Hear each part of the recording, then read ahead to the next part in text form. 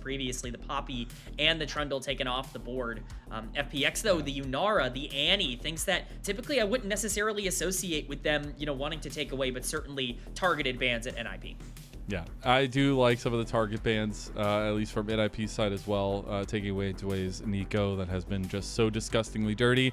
But I think, you know, before the series, they were like, all right, what kind of prep do we want against JiaQi?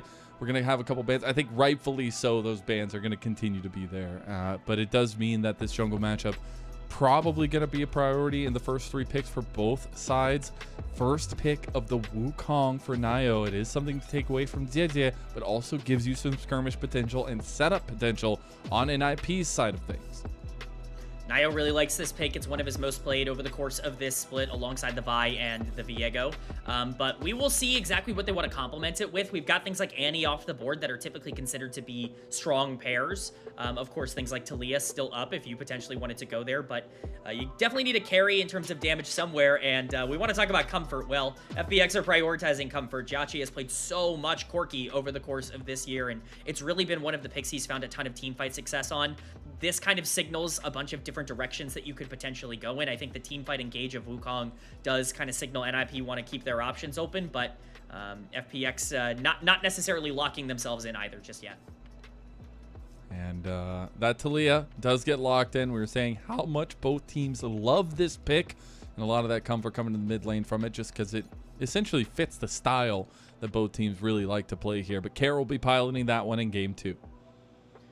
You gotta take Talia off the board. You can't give Talia over for free to Doinb. I think at some point you just have to say, like, you know, Talia's gotta be the pick we go for. And there are things we can figure out how to combo with it in the jungle. It does look like it's going to be more of that team fight kind of combo, wombo combo type of comp here with the Orianna being locked in for Doinb. They want to give him more agency and damage to carry in the late game. We saw what he could do on the Rise in game number 1, and I think that very much translates to the Orianna, who might even have a little bit more safety and security. And then with the Alistar coming in, again, it's engaged support for Niket. Draft honestly looking pretty similar so far for NIP. But you might leave open the Sylas choice, which is pretty nice in this one. But I gotta love the new age ball delivery system in the Wukong and the Orianna combo, something we've seen consistently, and I think it just goes right into the kind of peg in the hole situation for how NIP want this mid jungle to work. It will be on the other side, Jwei locking in the Nautilus, so a lot of engaged potential already, and leaving the counter pick still potentially to the sheer pick or to JiaQi. Yeah, I think it actually becomes really interesting what they want to ban here and like what they're prioritizing, because I think there are still a lot of flexible options for FPX, whereas NIP have really kind of locked in the style that they want to go for with that team fight oriented, you know, game plan. With the Kai'Sa ban coming out here, taking options away from Leave, it does kind of signal that they want to make sure that there's no dive potential following up from NIP. Maybe that, you know, kind of telegraphs a bit of a safer game plan. We've seen that on red side, but again, a lot of options still open for them. I do want to see what the focus is going to be. It is on JiaQi continuously. They're going to go for all the engage options here. What if we get the Nautilus jungle? Who knows? We'll see in the end of things, but I highly doubt it, as I want to see if they're going to continue focusing Leave a little bit more of that supportal focus in terms of what Leave has been willing to go to as of late in the Senna. Late game scaling, of course, but really backing everybody else up, and I think FPX got that memo. Yeah, I mean, these are the two big ones for Leave that you just kind of have to take away, especially the Senna, this split, which has been so dominant. Worth noting that every single champion that JiaQi has played so far for FPX is off the board.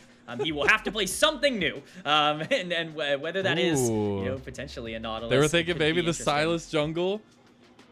I know. Yeah, so we have Rafa on the team, and Rafa has been just a demon with what he's been wanting to go for in the jungle. He's been playing Sylas's, he's been playing Nautilus's. You know, we'll see if that's actually going to be the case here, but I do really like that FPX are playing around with the draft a little bit and what is possible on this new patch. It ends up being a tried and true classic. It is the Skarner locked in for JiaQi and the Zeri on the other side for Leave, so still in the hyper carry bucket. Yeah, I mean, the game plan's very clear for NIP. It's Orianna Zeri. It's let's try to set up for these big wombo combo team fights where Leave can take over with his damage. You've got the Alistar as well to be able to combo that off of. Skarner felt obvious to me after a lot of the other jungler picks ended up getting taken off the board. I think that champion is still incredibly consistent in terms of setup, but NIP not deviating. I think they're kind of doubling down, if anything, as we see Solokill lock in that Mbessa. I love Solokill's Mbessa. It's one of his best picks, and I think, again, it just kind of puts yourself into this situation where you find a backline target, you find a Corki, you find a Talia in these fights, and things can kind of spiral real fast, and especially into that Renekton matchup, we're getting some spice. Oh, I love it. We're getting a little bit more emphasis into this top lane matchup. Two of the up-and-coming stars of top lane. What could be the next great generation of top laners here in the LPL. Sheer now having a little bit of experience on Solokill, obviously. The journeyman that he is, but still a youngin' indeed. And it's going to be that mechanics-based matchup in the top lane. I do really like the Mbessa, though, and a lot of that comfort going the way of NIP.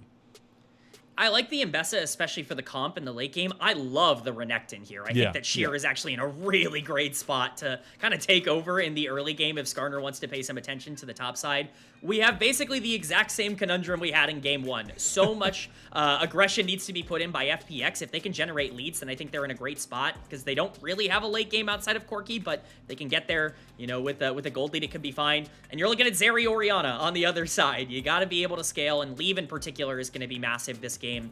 I expect this to be, you know, at least a bigger attempt from NIP to really stifle those early plans. All right, so checkbox of did NIP give themselves enough proactive tools to make this late scaling work? Do we get a little check?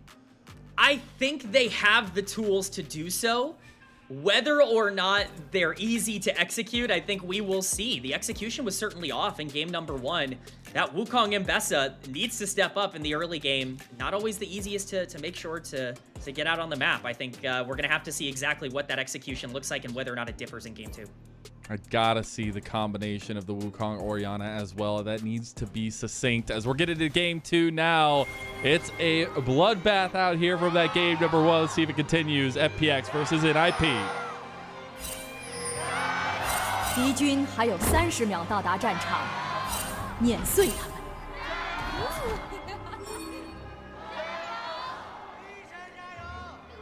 The NIP ones have died off, unfortunately, for that game number one. But they'll come back if they win. That's definitely results-based the thought analysis. process.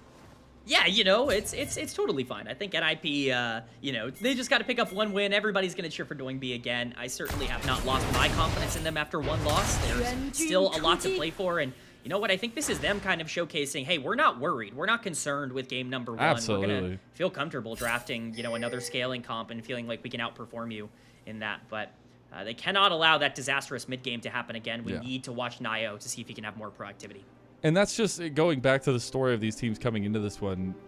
That's what's so crazy about that game number one. Is like, we were coming in here to test if Nirvana truly can take down the last grouping in Group Ascent, who, by the way, were on a 10-loss streak coming into this, right? 1-13 in the group.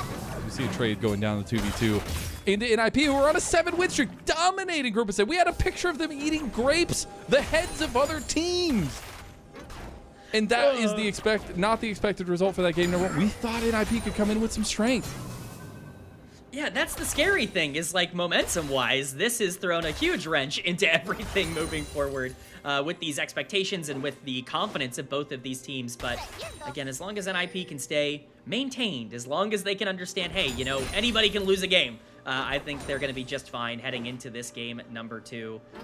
Pathing so far, pretty standard, but both junglers are going to be pathing, at least in similar directions. We'll see exactly what they want to do with their early games. Can't imagine it's going to be quite as aggressive as maybe the Vi gank in game number one. True. As looking at the setup for both the junglers, a pivotal point that we highlighted in this series, they're going to be pathing down to bot lane, though I will say Naiyou does have the more of the two carry potential. I don't know how much carry potential Wukong necessarily has, but did it on that big facilitator that when we talked about coming into this series, both junglers love to be on. he's going to have so many ways to set everything up, Mazel. It's going to be insane. There are so many combo tools with FPX, whether it be Talia shove or Talia ground, you know, Renekton stun, Nautilus hook. Like, there's so many things that can combo into Skarner here and really play off of that. So, JiaQi certainly going to have enough proactive tools to take over the game. The question is, will he have the same fighting experience as we see Niket doing a good job utilizing the Alistar interactions in the 2v2? Yeah, that buffer is extremely important. Leave overstepping. He does have the way out. Gonna try to hit an Ultra Shock laser as well. Doesn't end up tagging JiaQi, but it's gonna be pressure and priority from bot lane of the 2v2 of FPX, leading to the Scuttle Crab play from Jwei, and now potentially the Scuttle Crab trade going to both junglers. Very regular start going in for both teams here. I think it is worth noting that Sheer is doing exactly what he needs to do on the top side, which is get this big lead over this Ambessa. You know, I really like this matchup for Renekton. I think this is one of his strongest in the meta right now, and I think Sheer is doing a good job of taking advantage of it at the very least in the early game. I'm going to be looking to see if they want to put any priority up there. A lot of vision around the top side. I think it could potentially be exploitable by FPX. So we did see NIP on the red side in game number 1. Put that early emphasis on the dragon. About 45 seconds for that first dragon. Will be an ocean dragon to start us off. Do we expect some of that priority, or is this going to be a game 2 where we just all in on the grub fight? I think it's a lot more difficult in game 2 to prioritize those dragons. I think JiaQi not having flash and cleanse during a lot of that exchange ended up being really consequential.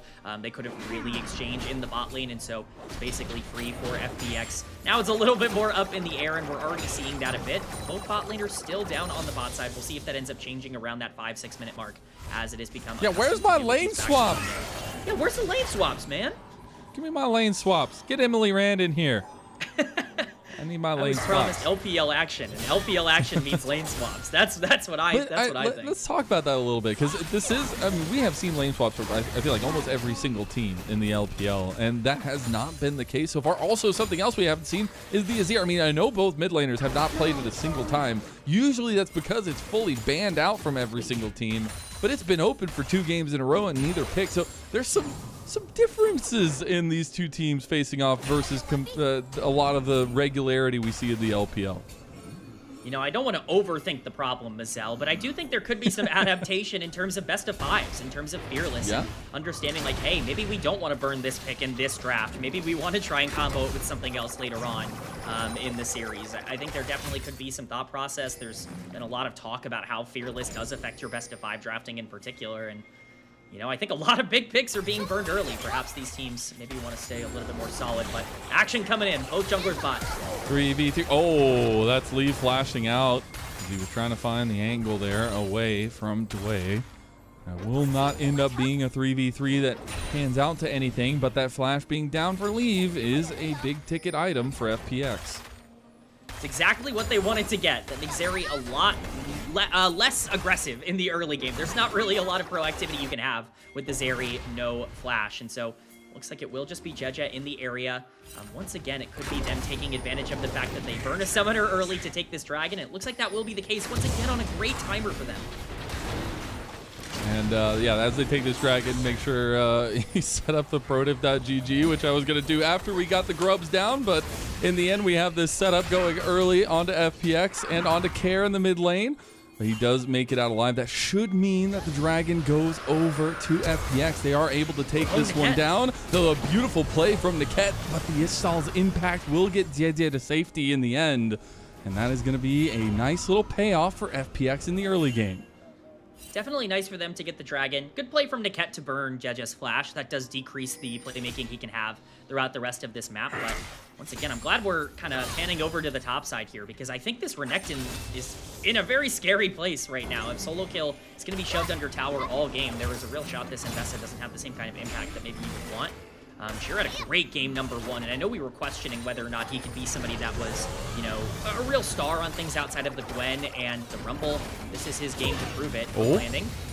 A little bit of an engage on bot side. He's going to go for the flash play. The exhaust has been used on the Leave. The lockdown comes in with the flash from JiaQi. Trying to get Leave. Leave's getting close. Leave's going down. First blood for FPX. And now they're going to try to follow it onto Niket. The dredge line connects, and Niket's going to go down. It's a catastrophe for NIP. Niket should die here. JiaQi wants to kill the Frost Bomb. Fade away.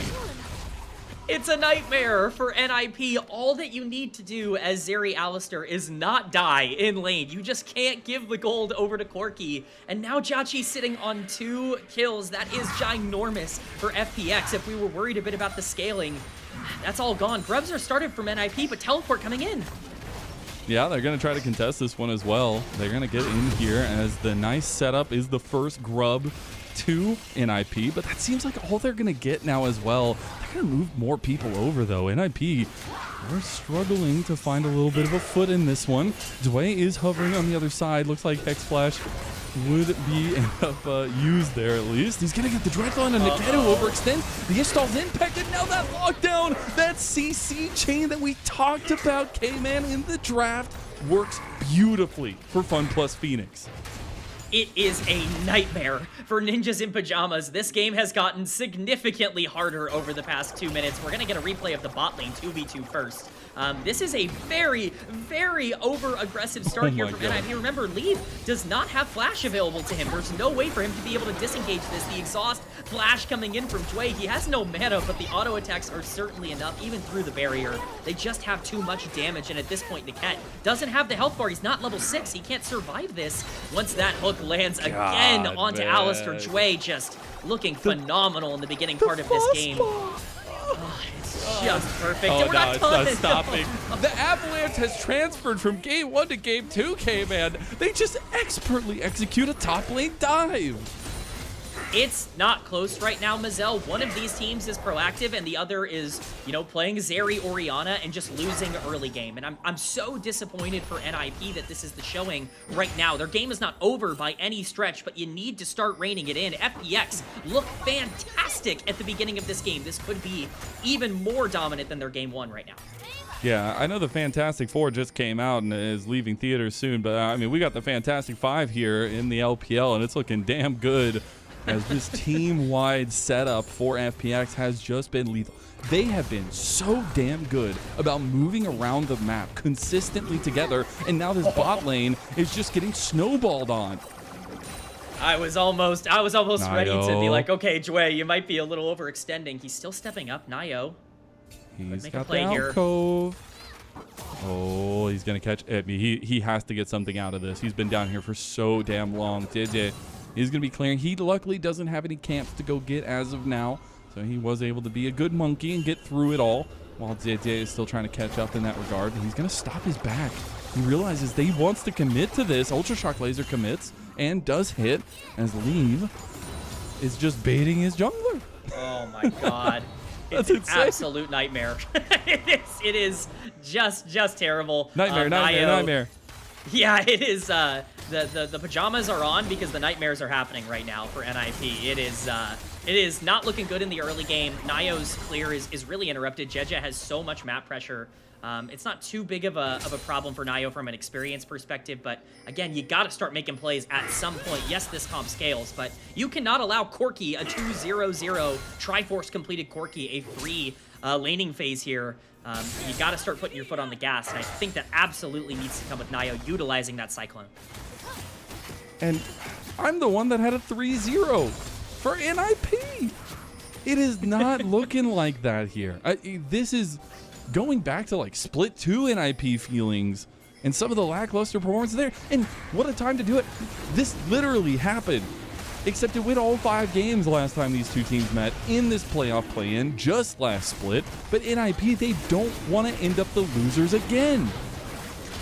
Well, right now, they're going to be losing out on the Dragon unless Naiyou can get here. They lose feats if they get this one, as FPX are just trying to force down the Dragon. It's going to be the Shockwave Headbutt Pulverized combo, as NIP is the one they're focusing on. Leave finally joins the fight. Lightning has crashed, but that's feats completed by FPX. Leave is flashing forward. He's got Doinb and Niket guiding him as he takes down another one. That's Leave being set up for success and put on a pedestal. Oh, that was so necessary, Mazel. Almost everything going wrong for FPX, and Jeja not going to be able to get himself out of this one. He's getting chased down. Question is whether or not he can get that execute off. I don't think he got hit. We will see here. We will find out. Get a chance. Executed. And not by Ambessa. Yeah, small consolation win for FPX after what is a pretty terrible fight, all things considered. Naiyou, first off, going in without any of the rest of his team. Leave is not even in this exchange. Naiyou gets exhausted, he gets chunked down. He's not here for this smite at all, but the moment Leave gets to jump in, that ult proc is massive, and the flash over the Impale is huge from Leave. He ends up playing this about as well as you possibly can, taking over the fight onto Zeri. He is the win condition. If the Zeri can get online, things become very playable for NIP. Yeah, and it was only 1 kill to him, but he's still able to get a little bit of something.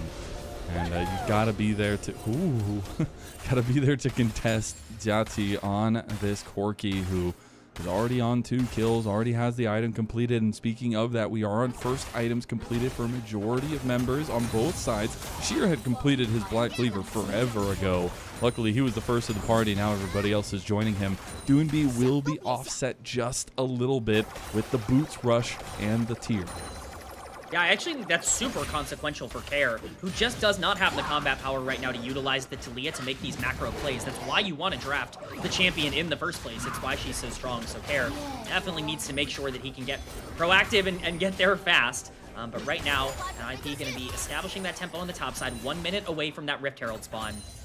They're really in this game. If they can set up, these small close quarters fights. We saw the Wombo combo there, even performed quite poorly, was still effective. Still so, worked. We'll see how that plays. Yeah, a couple Wombo combos on both sides. As I do see a lot of movement up towards this top side of the map. Some vision play ahead of the Rift Herald. About 35 seconds until that does spawn. Now, we have seen FPX be able to get a little bit of that top lane objective focus. Solokill's just going to walk into a wild Scorpion here. He's going to have to be a bit careful as Niket tries to find an engage, but Jwei does a very nice buffer. As Care does finally join the first item party. He will be still far away from that evolution, but NIP moving out strong onto the map. Certainly have some decent setups here. FPX have to be so careful of walking into a trap. While they are decently tanky, their frontliners are hard to break down. Can't really avoid the Wombo combo. Naiyou certainly trying to set that trap on the other side of this map. He is in very, very deep here. He is. Behind enemy lines, if you will. He's looking for a big flank. I do want, is he putting himself in a dangerous position here? Naiyou realizes he's going to need to try to come connect. They know he's here. Niket has also got a flank. JiaQi is the focus.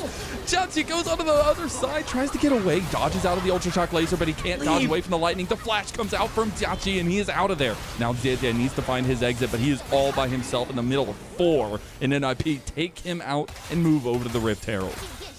Secret agent Naiyou coming in clutch on that flank, getting JiaQi to have to burn everything immediately. Leave jumping over the wall also makes it basically impossible. This is a level 9 Zeri that's able to outdamage basically everyone in the game, picking up her second kill. This is massive for NIP. They grab the Rift Herald. That should get them some standing gold on the map, and the gold lead has been equalized, and it could even be in NIP's favor now. And that Rift Herald is going to be very nice for some of the standing gold. They want to try to use that to take down this mid turret, but you have about a minute until another dragon comes up, and yet another Infernal Soul on the map, Kman. Very important in that regard, and FPX could put themselves at soul point. That'd be very nice for the damage profile, which they are severely lacking right now. Definitely a win condition for them. Corki with 2 items can carry these fights, but you need to make sure that he can burst down the front line faster than Zeri can. Infernal Soul will be the thing that can end up getting them there. But all of this pressure now is on JiaQi as a player. We've talked a bit about Jwei and Jeje and even Sheer being big pieces for this team. JiaQi's going to need to step up on his comfort pick in the Corki this game for them to have any chance. It really is the 80 carry duel that we were hoping for, and it's going to be about which one of them can step up the most. The top esports challenger prodigy all those times ago. I see a lot of respect earned from that. But now he's up against Leave, who himself was a big prodigy coming out of the LDL for EDG. I think going to these hyper carries is going to put a lot more onus on these two moving forward. You see Dragon spawning now. You do end up getting that Spellbook Ghost pop by Jwei as FPX are going to take an outer turret right before the objective. Yeah, this is really big for FPX. Not only is it, freestanding gold, but forces this Rift Herald to be used in the bot lane, and they will be able to grab this turret relatively easily, but the pressure should very much be on NIP right now. FPX going to have to try and collapse. Naiyou going to be starting up on the Dragon now. Okay, they're going to go ahead and try to get this one down. They will be contested. We've seen so many 50-50s so far today in FPX. are going to need to man mark this side fight. They're going to TP themselves. The engage is already coming out from FPX. He catches the clone. JiaQi doesn't get anything there. He misses everything. But now Sheer needs to have the big impact on the Croc. It's going to be JiaQi trying to turn around over on the lead. They realize he's by himself. Care goes for the seismic. He's going to get flashed out. Now in the middle of the pit, it's going to be on the Care. Solokill gets exhausted. 3-man from Niket as he finds it. NIP, they've woken up and they are a beast with fangs as they find 4 of FPX. The ultimate combo from Solokill and Niket was massive for Ninjas in Pyjamas in that fight, and boy did they need it. That is exactly what they needed to get back into this game. Not only does it stop the stacking for FPX, but look at where those kills are going. Orianna and Zeri are online, and now we are looking at a game state that doesn't just favor NIP. They should be able to control a lot of the rest of the direction that this game is headed in. Let's get the replay here. As we see how this starts, this looks very bad for NIP, but Chet, as you called out in the fight, misses everything on the Skarner and just can't actually connect with anything. And even with Leave completely separated from his team, which looks nightmarish at the start of this fight, has to burn his flash early. You still get the Mbessa ult landing onto Care. Leave can jump over the wall. And Niket with the gorgeous 3-man knockup to secure everything. The Dragon going to Naiyou. And NIP really taking it to FPX. The game is very much in favor of the Ninjas now. That is the Niket that we know, the one that made a big mark, the one that on the other side, JiaQi knows well. We'll see now a little bit of setup around this top side for NIP, but the setup is truly in this game. About a 3,000 gold lead now for a comp that feels very good when in the lead. Yeah, this is a really, really good spot for NIP as long as you can play around your objectives. Care might be in danger here. Unbreakable gonna be pop. Care! He gets hit though, so he has to back out. Now he's in trouble. He doesn't have anything to get away. He's gonna have a little bit of speed. He's overextended now. JiaQi coming over. He doesn't really have a target to go for. Niket's getting just killed by Solo Bolo of Care. And now NIP, they're getting completely caught with their pants down. 2 down. And now that's the depth charge. Into the dredge line, into the wombo combo, and an alley-oop from FPX puts them right back in the game. Absolutely huge from FPX. That is an unmakeable mistake from NIP. You cannot get away with that. FPX continuing to pressure, but all of the goodwill that NIP had generated, it just kind of goes away there. Those are more kills going over to JiaQi. We talked about this Corki being scary. They still do have a Dragon advantage. 2.5 minutes on that. Otacon is on the map, but fortunately it is on the bot side. Care plays excellent in that exchange. We're going to get a replay here, but the dive, you know, it looks like it's going to come in. The shove perfectly timed in order to make sure that he can get the ult cast off in the first place, but the knockup still coming down. He buys enough space, though, for the Alistair to not have enough tools to get back on him. Yeah, at this point, they're way overextended. Doinb's got no health. Niket is already half health as well. And so Care can just 2v1 them on the Talia. Doinb's basically caught in no man's land with this wave and ends up dying to the tower. And then at this point, it's the depth charge that really seals the fate of Naiyou. It's huge for FPX, a major mistake for NIP. Still a game that they very much can control, but not the kind of thing you want to see happen. You can literally see the moment that they said to themselves, oh, we're too far, aren't we? Everybody turned in unison to try to run away, but it was too little, too late. And FPX dead even now after a massive gold lead was in favor of NIP for an early game. And you have another Dragon coming up in 1:25. Let's talk about those scaling win conditions. We are going to reach that point now for FPX. They are on 2 items, matching a majority of NIP ahead of this fight. Yeah, I don't mean to boil it down to something too simplistic, but if you hit Shockwave on 3 or more members, I think the fight is just over. Doinb is going to be absolutely massive on this Orianna. Of course, Zeri, you know, Leave has been phenomenal throughout this game, has really been the player that's kept NIP in it throughout a lot of these exchanges, but the setup needs to be there if Naiyou, if Doinb can link up and have that fantastic synergy that they've had all throughout the year. NIP's still in a very good spot, but FPX with much better control. Buy time for Corki. That is the plan. As long as this Renekton can really be an impact on the back end. Niket going for the preemptive engage onto Jwei, but Jwei goes straight in on the solo kill. He is just getting completely taken out. Niket makes it out with a flash. He is still alive. It's a 5v4 now with the TP coming in from Sheer. He isn't the Gwen, but he is a big croc. That is going to be Niket backing off. I do want, yeah, he's just switched to it. He does have the TP, so he can come right back out. that's massive for him to be able to live there. It looked like it was going to be a 1-for-1 trade. Now NIP have full control. FPX struggling to find an in ahead of this dragon. NIP in full members here.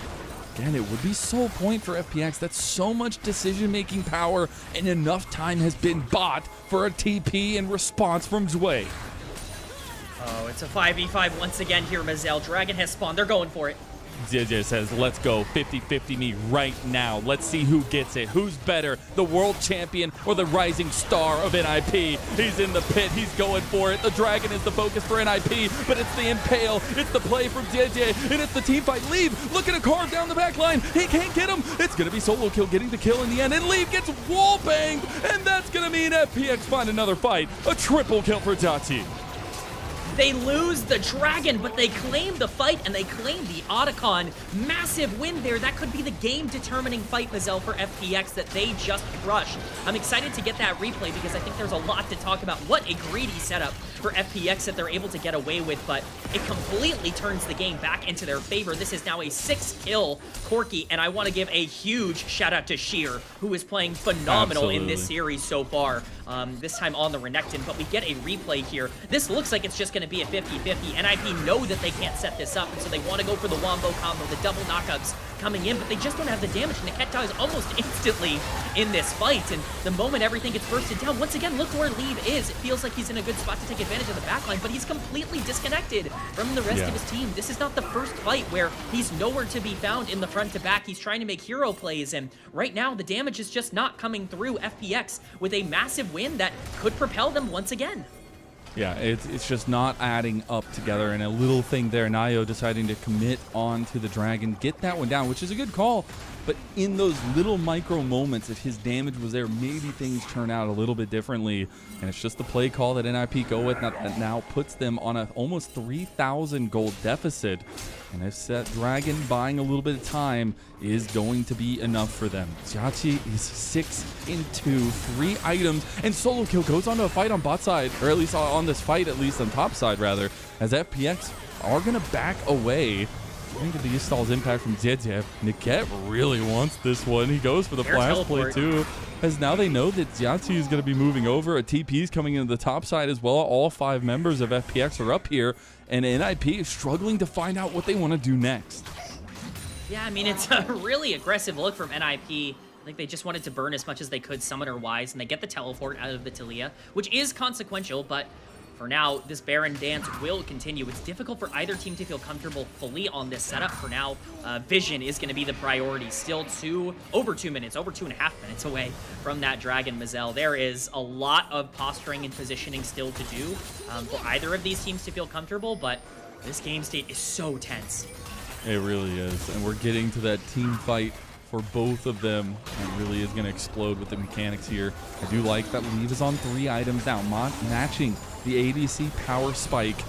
And now we're setting up this mid lane play. JJ looking for an impale potentially.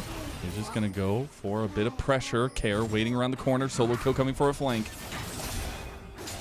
Solokill looking, he's getting zoned off here by Sheer. This is the advantage of the Renekton. That health bar is massive with that 3-0 and 3 scoreline. Oh, the hook just goes wide. A little bit wide.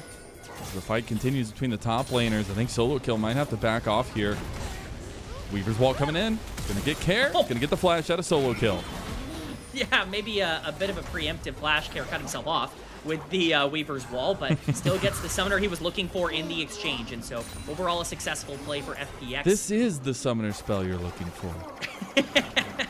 Yeah, you know, you can mind control sometimes. It's really about the threat of something bad happening. That you want to make sure you create. Yeah, Obi-Wan said it best, you know. Exactly. He's the GOAT. We are getting this set up around the Baron. I don't think that either team is really in a position to force it down. Neither really has that sustained damage, just that they can really burn down the Baron itself, but they're threatening it. A little bit of vision means that NIP will be fully safe until they clear that one out. Then things get scary as the map turns dark. Yeah, I mean, that's really where it's terrifying for either team here, especially for NIP. Having to walk into Renekton, Skarner, even the Nautilus is really not a good feeling. You never want to be in a position where you, as a tank, have to face check that, especially when your main tank is Alistar, who wants to be there for engage. So establishing as much vision as you can is going to be important. I think the real timer, though, right now is 40 seconds on the Dragon. It's sole point for both teams, and I think both are going to want to prioritize it very heavily. Yeah, they absolutely are. And it's going to be the next conversation that we get to have. We have the dueling fates, as you will. We'll keep the Star Wars references going here, where I think Niket is kind of looking on the other side and like, man, how do I stop this man? Like, I love to see some of the lapping that we have for kind of some of those relationships, as Niket actually tries to find JiaQi there, some of that relationship coming to the fold. Impale goes wide again, but Naiyou loses all of his health, so he can't be that ball delivery. As Jwei goes for the flash play with the dredge line. He's your depth charge rather. Oh, the shove! Care takes him down. What a pick. That's massive. That's a complete fight-altering play coming in from FPX. It's Naiyou once again getting caught. That soul point going over to FPX. Not quite soul just yet, but that's their first Infernal Dragon, and more importantly, it puts them in a position to really set up around this Baron now. Now they see them streaming across here. So they're going to try to get... Oh, leave. You got to be a little careful. There's a lot of flashes on the side of FPX, and he is a bit overextended. He's going to try to pepper as much as he can with Solokill on a flank. Will spot out Sheer, but Solokill is down a level to his top lane opponent. It does mean FPX back away, but they back away with such an advantage on this map too. Yeah, I mean, this is absolutely massive. NIP really want to try to get JiaQi here. They realize if they can burst down the Corki, things are easy, but the Valkyrie just makes him so safe. And as you said before, Naiyou just losing his entire health bar at the start of this great flash ult from Jwei. This is such a proactive move, and especially with the shove coming in, Care following up on it beautifully. Just ends up being a super positive play. Jwei has had a phenomenal game on this Nautilus. Yeah. He really has been the one to push everything forward for FPX, and if that continues, this could continue to be a bit of a problem for NIP, who don't have a clean answer to Nautilus. And I just have to bring up the conversation. It's going to be a continuous one if FPX keep winning like this. Like, is the skill differential just that much? Is this just an on-fire FPX? Is this just a slouching NIP? There are so many questions that are happening with this kind of performance for an FPX, who were so down in the dumps in Group Ascend. You know, I hate to point to my own take. The reason I felt FPX was in a good spot is their mechanics, but here they go to show it. The impale! It gets Niket's Unbreakable Will out. That is going to be a big catch and a big ulti down. Care's going for an angle to cut off the shockwave on two, but JiaQi is still full health almost. And look at Sheer. He's got the flank, the solo kill entrance, but he's by himself. Leo's trying to go in. JiaQi spacing beautifully, gets a double kill, and look at Sheer. He's trying to look down onto Leave. Leave is struggling to find an entrance here, but Naiyou can maybe set him up. Leave has an angle, but the lightning crash is going to falter soon. Sheer decides it's time to go in. Time to get the stun. He's calling the Meek, and the dredge line on the Leave. That's going to be 1,000 gold back, but is it going to be nearly enough? Doinb tries to run away, but FPX find dominance. It is just a diff, Mazel. They are just better right now in terms of their execution. It's once again very well played by FPX. I think the setup is okay, all things considered, from Ninjas in Pyjamas, but they just don't have the follow-through to be able to make that proactive play work out. Jwei is on fire. I mean, he has been so good in this game, but we're going to get a replay of what happened. This feels like an okay start. Niket ends up being able to, I believe, Mikhail's his way out of that impale, and so he's not going to be taken down immediately, but because the shockwave only lands onto two members, they just don't really have a lot of that damage that they're looking for. The moment Doinb has to flash out, there is no Orianna left in this fight, and JiaQi, you know, being able to survive against Solokill, that's really the fight-altering play. Sheer being able to zone all of Naiyou and Doinb from this fight, and then it really is the re-engage that just ends up being perfect. The flash stun from Sheer, the combo from Care, and oh dude, my god! Riot Games, where's my finger tapper? Where's my finger tapper? I need to tap the screen. Riot Games, please, please. Why? Can we go back to that and slow-mo it and freeze frame it? Like, please. Leave needs to send a formal investigation. Is there any way to ban Jwei in Game 3? Is that possible? I think that might need to be the avenue for Ninjas in Pyjamas, because he is just breaking this game wide open with the plays that he's making. Oh, that was disgusting, man. That was absolutely disgusting. Leave thought he had an angle, as all ADCs do, but in the face of a giant anchor from the man from the depths, it is difficult. Oh god, Leave. Okay. Sheer has decided he will not prey on you today. He was full from the last fight. He will let you live. I like how we're both just watching Leave, just constantly like, oh no, Please, please He's make on sure the you're edge, safe. man. He's like the rope walker. Yeah. You know, like people do that. That's insane. Like people like walk across a tightrope on the Grand Canyon. Like that's actually just insane. Right now, maybe Yeah. Leave has that as a skill going forward. Yeah, Leave certainly has that mentality. We've seen it throughout his entire career. JiaQi certainly had a lot to say about that mentality as well. So far, so good for FPX in terms of the setups, but it is a good position to be in for FPX. This Corki is so strong. It's going to be very difficult to play front to back against FPX, and that was really NIP's best chance, and so now you just have to hope for the Wombo. You definitely do. FPX trying to figure out how they want to take this next step. They're all 5 in the mid lane. A little bit of name ram action, but they're going on to JiaQi. He is so damn tanky. I don't think that's the one you want to go for, but they have enough damage now. They don't have front to back. And Leave, look at him. He is pumping. In NIP, they might have found the fight. Sheer finds the back line, though. JiaQi is conking everybody. And there you go. You got Solokill finding a little bit of an engage there. Doinb going to try to get the chase down, but Care gets out with a Weaver's Wall. And a little bit of Kunk on Earth here in this one as NIP finds something. A classic Zeri moment from Leave taking over in that fight. They're able to grab the dragon. It's 3 Drakes apiece for both of these teams, and everything is just back and forth. And back and forth, we see pings going down onto Baron, and teleports coming in. They're looking for this. They do. They want to go for the tempo play. They want to go for the setup here. Nobody is available here, and they have enough damage. I mean, Leave is on 4.5 items. Yeah, I mean, they're bursting this down. This is completely gone. Care is going to be watching as this gets taken. There's no smite, though. Oh, there is no smite. Way. Care? Does he get it? Oh, it's secured by Doinb in the end. So that's into NIP, and the lead now back in their control as we take a look back. The really consequential thing here is that, you're right, while JiaQi has a huge health bar, he never ults this whole fight. He just goes in, gets CC chained, and dies. And then Jwei is kind of the follow-up there. It's a great ult by Solokill to lock down JiaQi. That could actually be a very different fight if that Corki can get a full rotation off, but it's just not the case. Care certainly doesn't have the damage to pull it back, and so it's a really proactive play from NIP, and it's FPX getting caught out. Once again, very lucky for Care to be able to get out of that exchange. Yeah, I did not think I thought he was going to get interrupted, but he ends up making it out alive, and look at the gold difference. It's basically nothing. 3 dragons apiece. We have a certified banger on our hands, Mazel. We absolutely do. And Mercurial Scimitar completed. Final item for Leave. Full build for the Leave hyper carry. That's the place he wants to be. And now with 3 Infernal Dragons in a row, NIP now can force that conversation for this next one. We're going to get a 7th dragon, and only one team is going to get that Infernal Soul. That is the objective to end all objectives in this game. Currently only a plus 1,500 Baron power play here. But NIP going to grow that lead with some towers taken. Here, just getting a little bit down. He's popping the ult. Naiyou's in trouble. Now he's in a lot of trouble here. He's getting caught out by himself. And FPX trying to pick on a most important jungler, at least important setup for NIP. Yeah, I mean, if you're going to get caught, I guess 3 minutes before Dragon is probably the time to do it, but certainly not a good position for Naiyou to be in. Wiggle room there, all right? Where's that overlap?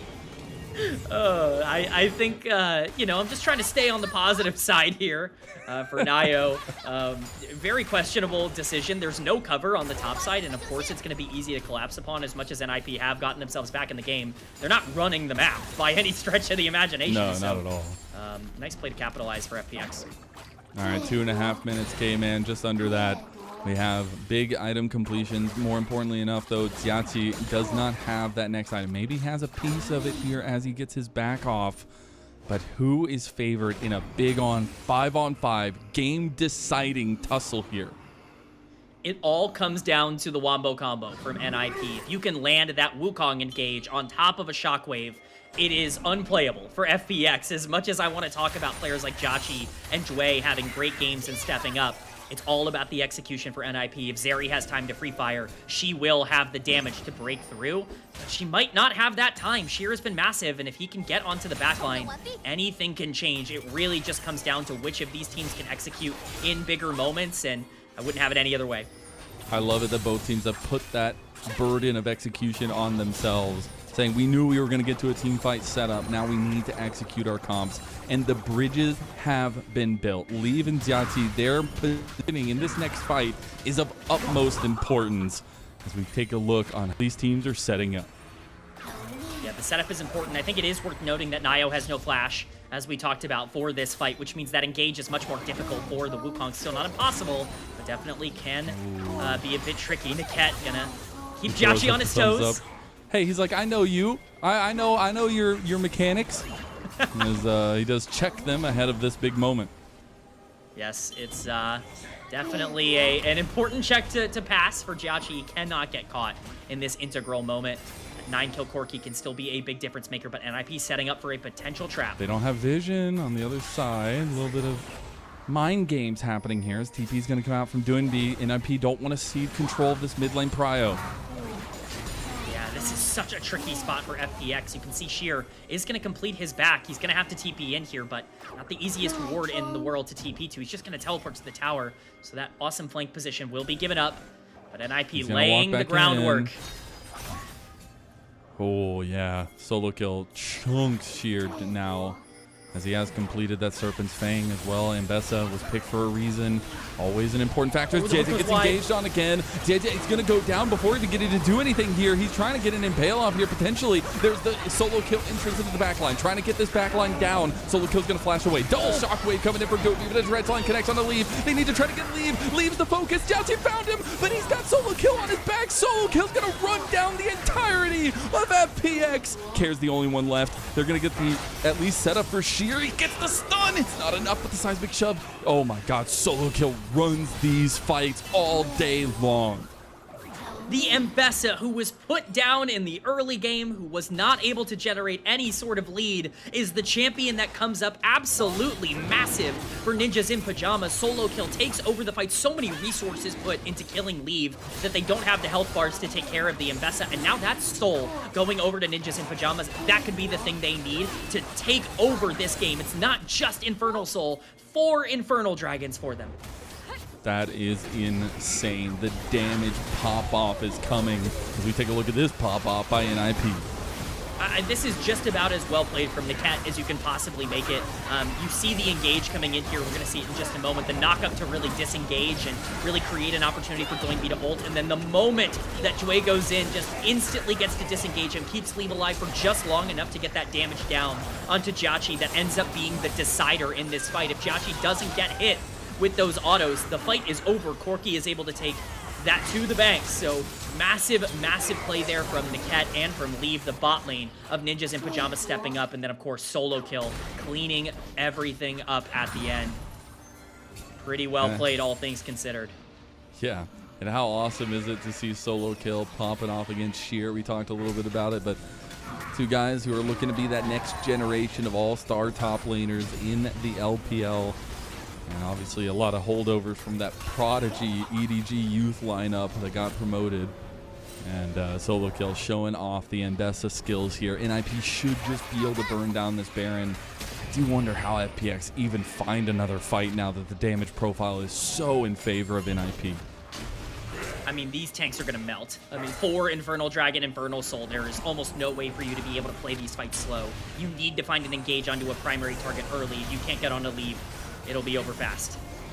And the fact that JiaQi has had 2 fights in a row, 2 pivotal fights with not really being able to do anything, brings me back to the conversation of why is this man not on a little bit more of a carry performer. I know the facilitation is strong. I know JiaQi is really good at that. As Doinb ends up getting a spell shield pop from his Banshee's Veil, Baron started up.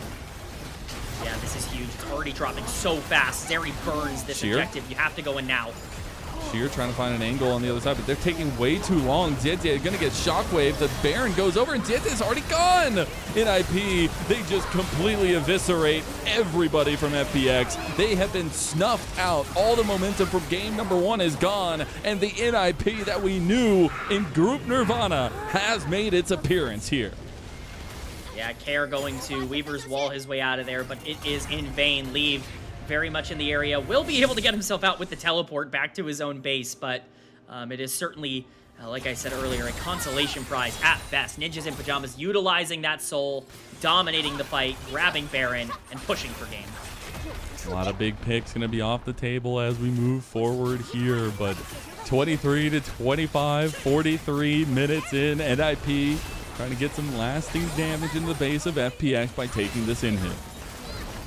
Yeah, it's potentially going to be... No way. No way. Yeah, I was going to say, no way they're going to keep pushing. They were posturing very aggressively, but NIP have taken full control of this game. The consequential fight was the Soul one. At this point, I don't know how FPX can fight their way back. I think this is a brilliant game from the NIP bot lane. Leave and Niket have to be congratulated for their performance, but again, how do you get in here for JiaQi? The front line just melts instantly. There's no way for him to even get into the pit, and at this point, JiaQi's down, Jwei's down. It's a nice engage by Naiyou, but it's very over by the time it even happens, so Sheer's certainly not big enough to be able to hold everything up on his own. Naiyou just barely not surviving there with some of the fruit, but definitely a lead for NIP that I do not think they're going to relinquish. Yeah, we've seen almost total domination from them at this point. We have like 21 KP on 3 different members for NIP. So much team effort in this game. And this is why we were talking about this series being far from over. I think this NIP squad has shown so much consistency in Group Nirvana, and that game 1 was a wake-up call. Certainly did feel like a wake-up call. I will say their early game still leaves a lot to be desired. I still think there's a bit to grow from this game number 2, but just as we saw in game 1, it's the resilience of NIP that ends up really taking over. This is a team that is constantly investing into these players that can carry in the late game, and they've been rewarded here in game 2 as they push down the bot lane here and attempt to siege the base.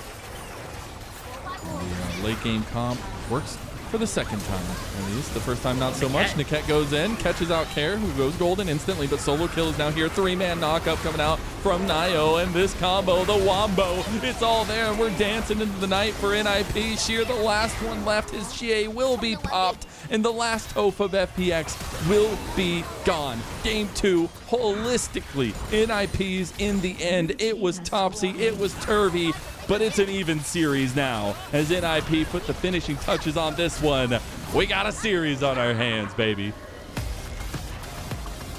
A game that was balanced on a knife's edge. You could see it. That was a stressful one, I think, for all of those players. Naiyou just took the biggest breath. I can feel it after that game. For Naiyou in particular, a couple of plays where you're like, I'm not going to look so good coming out of this one. Ends up right in the ship. Big moments on the Wukong at the end of that game. Big engages. Ends up securing objectives when he needs to. It's a really, really important one for NIP.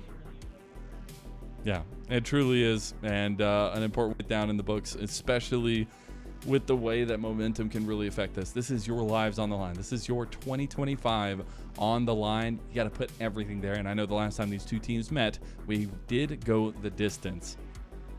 And looks like we might be prepped for at least a very good series. No clue exactly the direction that it will head, but certainly both teams have come to play today. There have been some mistakes, but there have also been a lot of really great plays, some big macro moments. Neither looking to step down, both looking to prove that they deserve to be considered playoff teams, and they want to keep their years alive. It's more than just the playoffs for some of these players. They want to try and really elevate themselves and shock the world. Yeah. And a lot of the tie-ins that the players have together. I mean, obviously I was talking about JiaQi and Niket, but you have, all those conversations around Leave and JiaQi and some of the tie-ins there, and a lot of the history between Leave and Solokill and JiaQi, and all the in-betweens that have happened between these two, and the fact that we get this banger of an important series to tie through all those narratives of this incredible year. I think it delivers so much, and the fact that we got almost a kill a minute in an almost 50-minute game sets a little bit of the tone of what we can be seeing for game 3, 4, and 5. But the picks are going to start getting a little wonky, I feel. That's where things really start to become fun, Mazel, because so much is off the board already. They have burned through, the real big picks, and I don't expect that to let up anytime soon. You mentioned things like the Azir, but at that point, I mean, we are really starting to hit, well, what do you combo it with? Because there's no more Wukong for team fights, there's no more Vi, there's no more Xin Zhao, so you are really looking at how things break down. I think it's going to really test the depth of these two teams, and especially because we haven't seen either configuration of these teams play a best of 5, we really get a good look as to who they really are. Yeah, a little bit of like changes going through the year itself, but in a way, like, both teams have had really good macro focus games. I know for NIP a lot of that wasn't the case for a majority of the game, but in the end they were able to find some of the entrances into fights that felt really good. And I think bubbling up to the surface here is that matchup between Sheer and Solokill, and especially what the impact's going to be later on in this series, because we've seen both of them really willing to go with game-altering picks. I mean, it really played out exactly as you could want for both of them, where Sheer got this huge lead in the early game, and game number 2 on the Renekton was massive, 3-0 and 3, I think around 15 minutes into the game, and you could see that in the way that he was zoning Leave off of those fights, but eventually the Crocodile is going to become less and less relevant, and that's when Solokill stepped up and started landing some gigantic ultimates. So really, I think it's on both of these top laners to continue the fantastic play that they've had. Both of them, you know, at least statistically, maybe not the premier players on their team, but the tape has definitely shown that they can step up when it matters. Yeah, they can, and I know we're getting to the setup here for it, but there's so many options for MVP. Almost 100% KP across multiple members. I mean, is it just Niket all the way through as we take a look at the of this game number 2? Here is the only counter argument I would give, is that for as great as Niket was at the end of the game, laning phase was a bit of a nightmare for the Alistar. Did not really go the way that he was expecting. You know, I think if you want to maybe say that Leave was more consistent throughout the game, I mean, that Zeri was, you know, really problematic. I mean, somehow, I'm looking at it now, Doinb out-damaging Leave in this game is ridiculous on the Orianna, by the way. But, you know, I think that there are plenty of good options, but I definitely want to highlight the NIP bot lane. Yeah, it absolutely deserves it. It's been a huge piece of the puzzle for them throughout, and even with JiaQi's 36% damage done, did not matter. Really good fight combinations from Doinb, from Leave, the classic combo that has really led to success for NIP, all that domination, all the grape eating of that group Nirvana run they had. Yes, the grapes are tasting pretty good. Right now, coming out after game number 2, certainly a bit sweeter than they were in game 1, but you got to keep your foot on the gas. Like, again, FPX has shown, like, they're not a team that you can screw up against. Like, as much as we can talk about the mistakes they made and, you know, some team fight problems that they had, really, at the end of the day, they were better in the early game in both games, and they drafted to do that. And I think if you can get them in a spot where they can maybe scale a bit more gracefully into the late game, or, you know, perhaps take NIP off of these big hyper carries, like, you know, if you don't have Zeri in this game, do you win it? That's the question. So we'll see what exactly happens, but game 3 is so pivotal now.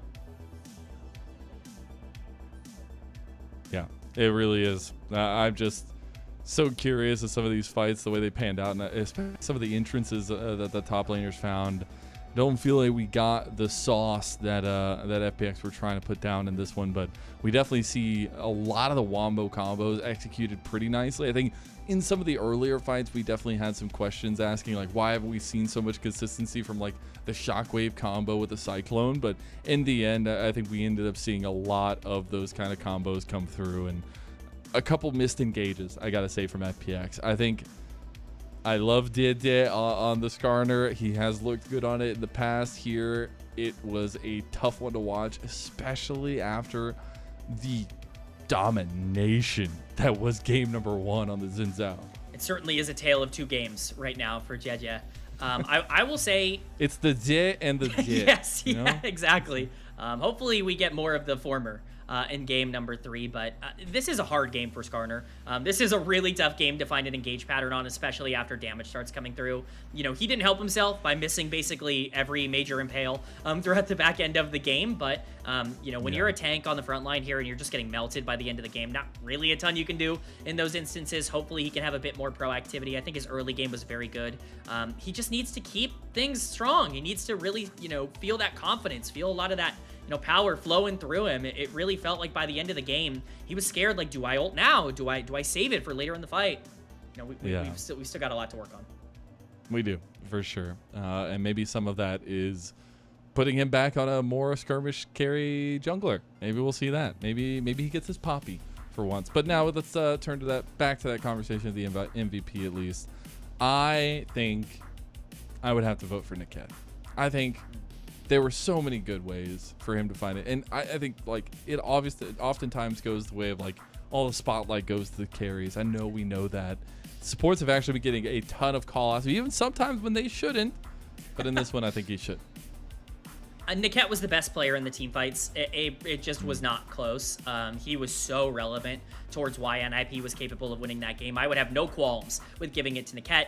I certainly want to praise Leave as well. Really only had the one big hiccup where he ends up dashing a little bit too far forward. And even then, it ended up working out because Solokill cleaned up the fight. Really think that Zeri was relevant. I just think you want to highlight the bot lane. This was a bot lane MVP for me, and I think that's kind of the narrative I'm walking away with. Just a picture with both their heads on it. Let's just put that there. The two-headed Hydra. Exactly. Of the bot lane for NIP. But yeah, I think it's a good redemption game for NIP as a whole. And it is going to be Doinb out of the two. There you go. That ends up getting the MVP. 93% KP, but I got to say, Niket and Leave also had that. But hey, a little bit of love to the mid lane GOAT and Doinb. I think the damage numbers might have tilted this one slightly in favor of the Orianna. Ended up doing most damage in the game. I'm sure that was consequential. You know, not necessarily the direction we would have had in, but, you know, maybe he gets a little bit of a boost from his game 1 performance on the Rise as well. He's also doing, you know, it's a little bit of a favor diff there Yes. In some ways. But it was an FPX comeback, at least across the board, and in that game number 1, and it's an NIP comeback, at least in the series, in game number 2. I'm excited because that means we get to go at least 4 games in this deciding series for both organizations, and I couldn't be more excited to get to that game number 3. But before we do so, we're going to step away for a little break. We'll see you on the other side.